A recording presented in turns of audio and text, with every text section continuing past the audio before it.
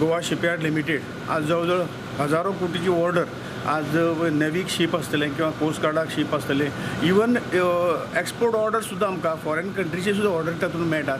त्यामुळे गोवा शिपयार्ड एक बरें नंबर 1 शिपयार्ड हें जालां आनी तें अंडर डिफेन्साच्या अंडर आसा. त्याच बरोबर आमी एक सॅफ्रॉन आणि HAL हल म्हणजे आपली जी PSU आहा ही PSU दोन्ही म्हणजे एक प्रोजेक्ट आमी वाळपय हाडटात. तो मनोहर पर्रीकार आसा त्या टायमाक तेन्ना तेंचें काम सुरू जाल्लें, परंतु कोविडाक लागून परत एकदां मिटींग जावन हो प्रोजेक्ट बेगिना बेगीन सुरू करपाचें दोन्ही कंपनीचें आमी ठरोवन घेतलेलें.